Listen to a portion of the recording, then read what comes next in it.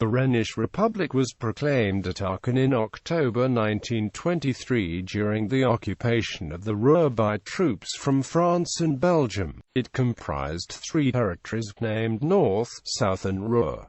The regional capitals were, respectively, Aachen, Koblenz and Essen. Background: the Rhenish Republic is best understood as the aspiration of a poorly focused liberation struggle. The name was one applied by the short-lived separatist movement that erupted in the German Rhineland during the politically turbulent years following Germany's defeat in the First World War. The objectives of the many different separatist groups ranged widely, from the foundation of an autonomous republic to some sort of a change of the status of the Rhineland within the Weimar Republic. Others advocated full integration of the Rhineland into France. Similar political currents were stirring in the south. June 1919 had seen the proclamation by Eberhard Haas of the Pfälzische Republic, centered on Speyer in the occupied territory of the Bavarian Palatinate. Rhenish separatism in the 1920s should be seen in the context of resentments fostered by economic hardship and the military occupation to which the previously prosperous region was subjected. After 1919, blame for defeat in the Great War was apportioned to the military as simply the French. France, like Germany, had been profoundly traumatized by the Great War, and the conduct of her occupation of the left bank of the Rhine was perceived as unsympathetic, even among her Western wartime allies. Increasingly, however, blame was directed against the German government itself in far-off Berlin. By 1923, as the German currency collapsed, the French occupation forces headquartered at Mainz were having some success in their encouragement of anti-Berlin separatism in the occupied zones. After 1924, economic hardship began slowly to diminish and a measure of brittle stability returned to Germany under the Weimar state. The appeal of Rhenish separatism, never a mass movement, was damaged by the violence employed by many of its more desperate supporters. The political temperature cooled after the French occupation of the Ruhr attracted increasingly strident criticism from Great Britain and the United States. Following the Dawes Plan in September 1924, an agreement to a slightly less punitive war reparations payment regime, the French vacated the Ruhr in the summer of 1925.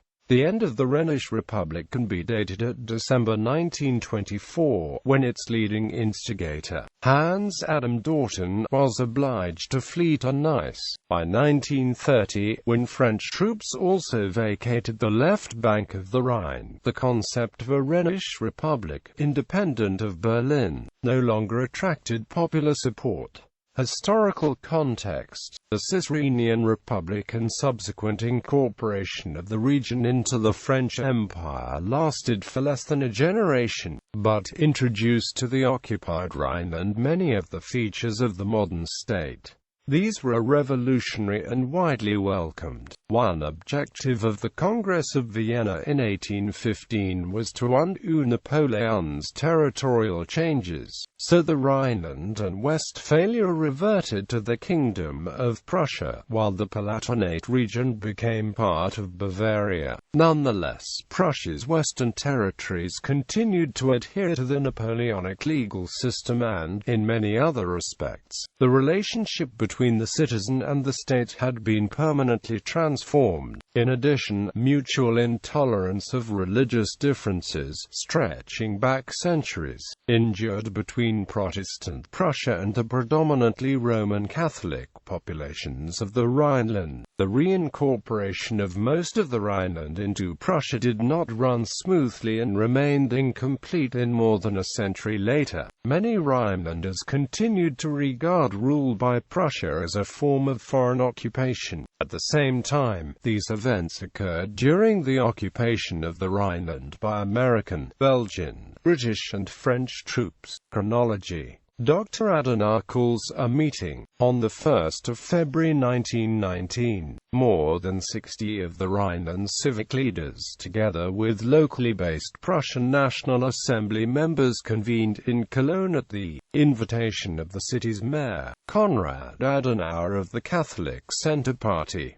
There was only one item on the agenda: the creation of the Rhenish Republic. In addressing delegates, Adenauer identified the wreckage of Prussian hegemonistic power as the inevitable consequence of the Prussian system. Prussia was viewed by opponents as Europe's evil spirit, and was ruled over by an unscrupulous caste of war-fixated militaristic aristocrats. The other German states should, therefore, no longer put up with Prussian supremacy. Prussia must be divided up, and her western provinces separated out to form a West German Republic. This should render impossible future domination of Germany by Prussia's Eastern militaristic ethos. Adenauer was, however, keen that his West German Republic should remain inside the German political union. Agreement on blaming Berlin was the easy part. The complexity of the practical issues to be addressed in defining a federalist agenda for an economically destitute territory that politically, linguistically and legally was part of Germany, but most of which was occupied militarily by France, must have been daunting. In the end, the Cologne meeting produced a two-point resolution. The meeting asserted as valid the right of the Rhineland peoples to political self-determination. The proclamation of a West German Republic was to be deferred, however, so that the Prussian state might be divided up. In this way, a practical solution could first be agreed with the occupying power and her allies regarding the issue of reparations. During the months following Adenauer's meeting, separatist movements with a range of priorities and agendas appeared in many Rhineland towns and villages. Hans Adam Dortin and the Wiesbaden Proclamation. Hans Adam Dortin, an Army Reserve officer and former Düsseldorf public prosecutor, made a speech at Wiesbaden on the 1st of June 1919, in which he proclaimed the independent Rhenish Republic, which was to incorporate the existing Rhineland province along with parts of Hessen-Bavaria's Upper Rhineland. A non-violent putsch was also attempted across the Rhine in Mainz. This, along with other poorly coordinated localized actions inspired by Dortin's Wiesbaden Proclamation, failed to attract significant popular support and soon failed. The Supreme Court in Leipzig issued an arrest warrant for Dortin, citing high treason, but by remaining in the French-occupied territories, Dortin made the execution of her arrest warrant impossible. At liberty, Dortin continued his struggle. On the 22nd of January 1922, he founded in Boppid a political party, the Rhenish People's Union, chaired by Bertram Kostet, a senior Cologne pastor. Thanks to the outstanding treason indictment, Dortin and his circle found themselves shunned by members of the mainstream political parties. The Rhenish People's Union stayed in the shadows. Its weekly publication, German Standpoint, and its leaders' other campaigning activities depending on French sponsorship. Dortin moved to France at the end of 1923 and later took French citizenship. Occupation of the Ruhr. During 1923, Germany was shaken by adverse international developments and by a dramatic further deterioration in the economic climate. The year was one of crises.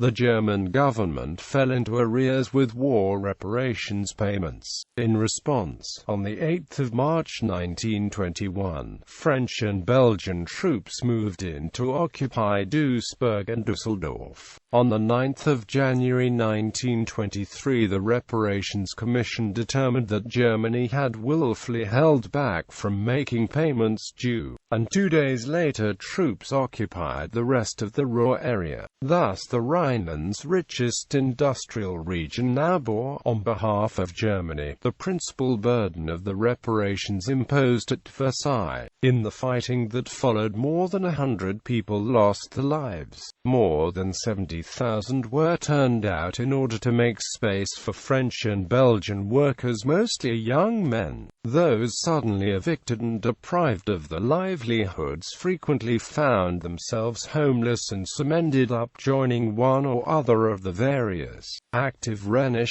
separatist groups. Respectable Rhinelanders, appalled at their unkempt appearance, were inclined to dismiss the dispossessed as work-shy thieving riff-raff. The currency stability that had underpinned several decades of sustained economic growth in much of Europe well into the second decade of the 20th century was a casualty of the First World War. The statesmen who devised the Versailles settlement were not economists. Their aspirations did not extend to creating the balanced economic environment needed to support future growth. Even at the time, their approach to the economic aspects of the Versailles peace settlement drew strident criticism from John Maynard Keynes, an eminent and closely informed commentator. In 1923, the pre-war price stability remained a distant memory for Europeans, but the occupation of the Ruhr coincided with, and in the view of many commentators triggered, a tipping point for the German currency. Prices escalated, the usefulness of money collapsed, and hyperinflation took hold. Commerce virtually ceased. Writing in the journal Die Weltbühne, from the perspective of August 1929, the distinguished political commentator Kurt Tucholsky offered an assessment. There was no appetite in the Rhineland for union with France, but little enthusiasm for continued union with Prussia. All that people wanted, and were entitled to, was an end to the hellish nightmare of hyperinflation and the creation of an autonomous republic with its own currency. A government in Koblenz. Separatism across the Rhineland. Koblenz had been the administrative capital of the Prussian Rhine province since 1822. Amidst the turmoil of economic collapse, it was here that, on the 15th of August 1923, the United Rhenish movement was formed from a merging of several existing separatist groups. Leaders included Dortin of the Rhenish People's Union and a journalist named Joseph Friedrich Mathers of the Rhenish Independence League, which had been founded by Joseph Smeets from Cologne. Another leading figure present was Leo Deckers from Aachen. The unambiguous goal of the United Rhenish movement was the complete separation of the Rhineland from Prussia, and the establishment of a Rhenish Republic under French protection. The creation of the Republic was to be publicly proclaimed. Meetings would be convened across the Rhineland. Endorsement from the French, with the military headquarters in Mainz, was taken for granted. It is not clear what thought was given to the possibility the commanders of France's junior partner in the occupation might take a less benign view of separatist activities just across the border from Belgium's Eupen enclave, west of Aachen, only recently incorporated into Belgium under the terms of the Versailles settlement. 2 months later, 10 kilometers to the east of Aachen, the tricolour flag of the Rhenish Republic appeared outside a house in the small town of Eschweiler. Inside, the movement set up a communications center on the 19th of October 1923. A week after that, the separatists attempted a putsch against the Rathaus. Surrender was refused, however. A truce briefly ensued. The next day, the government urged resistance, and eventually, on the 2nd of November 1923, Belgian occupation troops expelled the separatists from Eschweiler. Meanwhile, in Aachen itself, separatists led by Leo Deckers and Dr. Guthart captured the Aachen Rathaus, where, in the imperial chamber, they proclaimed the free and independent Rhenish Republic on the 21st of October 1923.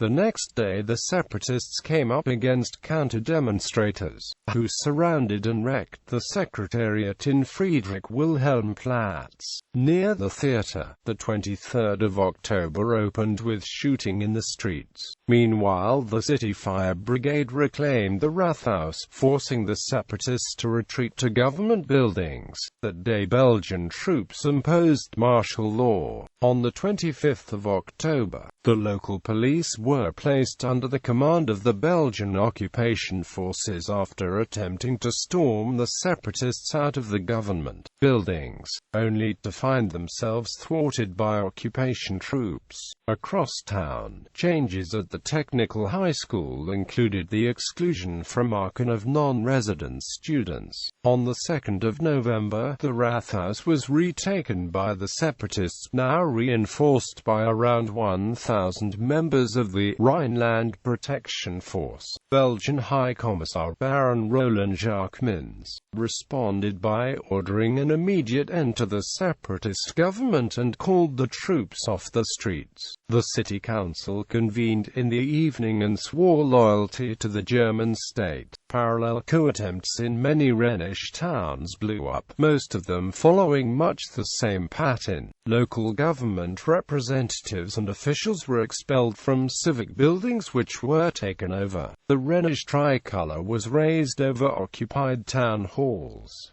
Notices were posted and leaflets distributed informing citizens of the change of regime. However, civic putschs did not prevail everywhere. In Jülich, Mönchengladbach, Bonn and Erkelenz, separatist attempts to take over public buildings were immediately thwarted, sometimes violently. Other districts remained entirely untouched by separatist agitation. To the north, in Duisburg, separatists inaugurated, on the 22nd of October 1923, a mini-state that would endure for 5 weeks.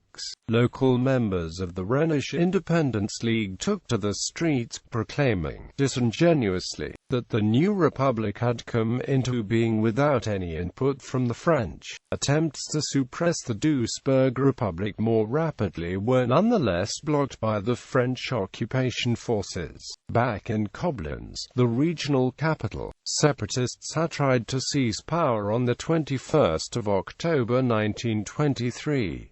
The next day saw hand-to-hand fighting involving the local police.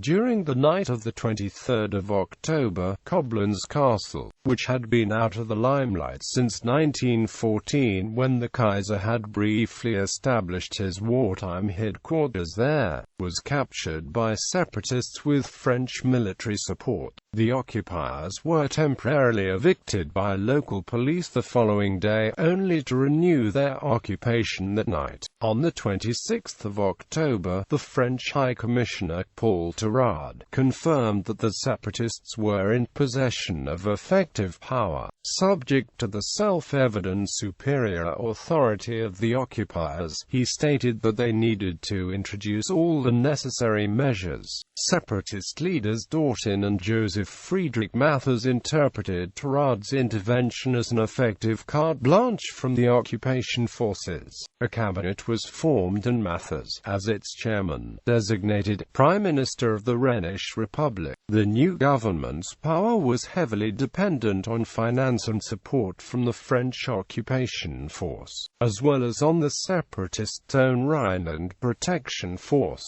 which was primarily recruited from men expelled from the homes by the French militarization of the Ruhr. The protection force was poorly equipped. Many members were too young to have received any military training. Their implementation of the new government's orders, in the absence of detailed instructions, was rough and ready at best, and sometimes violent. A nighttime curfew was imposed and press freedom was greatly curbed. The separatist government received virtually no support from Rhineland government staff, who mostly refused to acknowledge its authority or simply stayed away from the desks. In view of its French military backing, the wider population offered Dortin's regime little meaningful support. From his occupation headquarters in Mainz, General Mangan would no doubt have had a far more richly calibrated appreciation of the possibilities presented by Rhenish separatism than the ministers in faraway Paris. It is possible to infer, between the approach of the French commanders on the ground and priorities of the Poincaré government, a disparity which became impossible to overlook once Danton launched his coup in Koblenz. At the same time, Paris was coming under heavy political pressure internationally over the increasingly costly French occupation of the Ruhr. In Koblenz, cabinet meetings were often combative and confused, the leaders Danton and Matthias proving unable to contain the personal rivalries. The French power brokers now quickly distanced themselves from the Rhenish Republic project, drastically cutting back on the financial support. The Matthias government issued Rhenish banknotes and ordered an extensive requisitioning exercise. This was the signal for the Rhineland Protection Force to embark upon a level of arbitrary widespread looting which greatly exceeded anything necessary simply for feeding the hungry protection troops. In many towns and villages the situation slid towards chaos. The civil population became increasingly hostile, and the French military found themselves attempting, with increasing difficulty, to preserve some level of order. Between 6 and 8 November, a force of Rhineland Protection Force members, calling themselves the Northern Flying Division, launched an attack on Marielac and the surrounding farmsteads. Nearby in Brühl, where two residents, Anton Brühl and Hans Feindlinger, had set up a local force to oppose the attackers, a death squad turned up and engaged in an orgy of plunder reminiscent, according to one commentator, of the 30 Years' War. A father and son, belonging to the village's resistance force, were shot. The 10th of November saw an outburst of looting at Linz am Rhein. The Rathaus was taken over and the Burgermeister was forced from office. From here the looters moved on to Unkel, Bruckhausen and Rheinbreitbach, on the southern rim of the Siebengebirge district. All sorts of items of evident value were requisitioned, in addition to food and vehicles. On the 12th of November, the separatists gathered together close by in Bad Honnef-Their, intending to establish new headquarters. The Rathaus was taken over and, 2 days later, the Rhenish Republic proclaimed. Food and liquor were seized in numerous hotels and residences, and a large celebration took place in the Kurhaus, during which the Kurhaus furnishings went up in flames. Siebengebirge insurrection. The Siebengebirge district consists of a series of low wooded hills wedged between the A3 Autobahn and Königswinter, a resort town on the east bank of the Rhine. Back in 1923, the construction of the A3 lay more than a decade in the future, and Bonn, located across the river from Königswinter, could still be described without irony as a small town in Germany.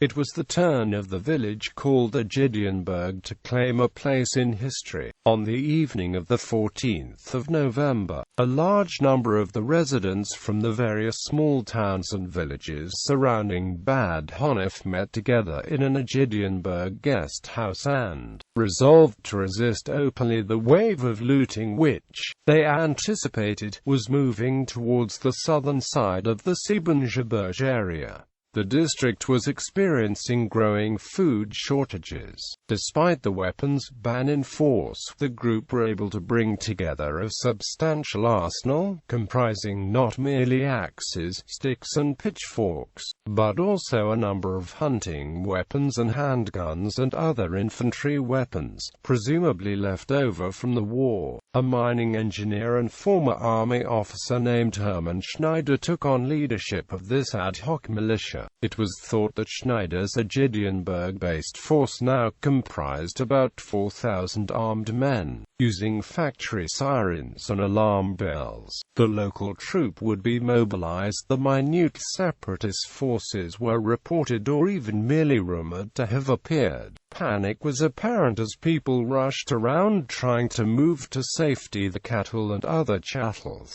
During the afternoon of the 15th of November, a group of separatists drove 2 trucks into the Himburg quarter of Agedienburg. Here they were confronted by around 30 armed quarry workers. Peter Staffel, an 18-year-old blacksmith, was shot dead when he forced the trucks to stop and tried to persuade the occupants to turn back. The quarry workers thereupon showered bullets on the separatists, who turned and fled along the Little Schmelz Valley. As they fled down the twisting road back towards Bad Honnef, they encountered the local militia, well dug in and waiting for them. Schneider's men seized the trucks and then routed the separatist gang. That evening the repulsed separatists met up at the Gasthofjagdhaus down the Schmelz Valley and called up reinforcements. They planned a more substantial attack for the next day in order to make an example of Agedienburg. Accordingly, on the 16th of November, some 80 armed separatists found a gap in Schneider's defenses at a hamlet called Hovel. Here they seized 5 villagers as hostages, tied them up, and placed them in the line of fire between themselves and the now gathering militiamen. One of the hostages, Theodor Wines, was shot in the stomach, dying soon afterwards as a result of his injuries.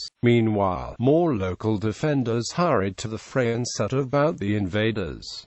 14 of the separatists were killed. These were later buried in a mass grave back in Agedienburg, without the benefit of any identifying inscription. According to contemporaries, the dead men had come originally from the Kevelaer and Krefeld areas, between the Ruhr and the Dutch border. In order to prevent further fighting, the French installed in Agedienburg a force of French-Moroccan soldiers for the next few weeks, while military police arrived to conduct an on-the-spot investigation. The investigation concluded that in total around 120 people had been killed in connection with the events of those November days. More precise information on the deaths and other events of the Agedienburg insurrection may survive within the archives of the French gendarmes. Theodor Wines, the separatists' hostage who had been fatally shot at Hovel, is buried in the Agedienburg cemetery, near to its main entrance. The primary school has been named after him. Peter Staffel, the young man who had probably been the first fatality of the Siebenschabach insurrection, is buried in the cemetery at the nearby village of Judenbach.